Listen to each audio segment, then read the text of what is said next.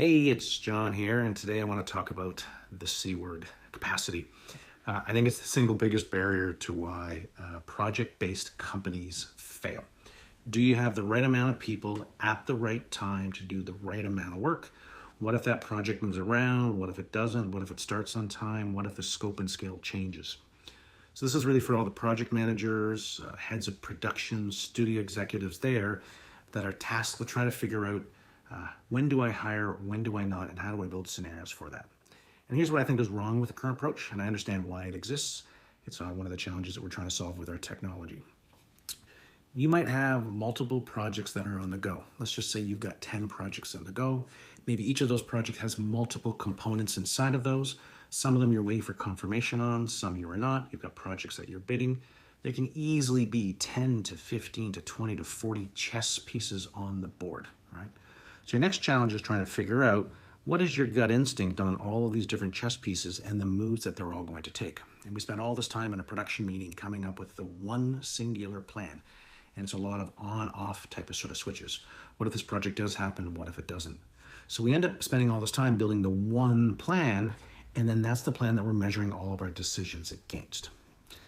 The reality is that plan is wrong. The question just is, how wrong is it, and how quickly are you going to get new information to update that plan, and how efficiently can you update that plan?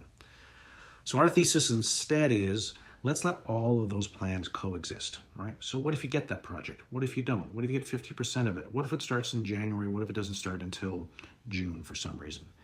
And then let all of those scenarios run at the same time, right? And then now look for trends in the data. So maybe you run a visual effects studio and you sort of see that in 6 months, in 80% of your scenarios, you're going to be shy on comp work to keep your team busy. Or maybe you're going to have way too much CG work or effects work in August and September in 60% of your scenarios, and 80% of those scenarios that extends out another month. So now you're looking for trends in the data as opposed to specifics. And now you can start to enact plans that say that let's start recruiting and thinking about this pocket. Or maybe you even want to go into your bidding team and say, well, maybe we need to discount some of our current bids that are out there to potentially fill that gap for compositing.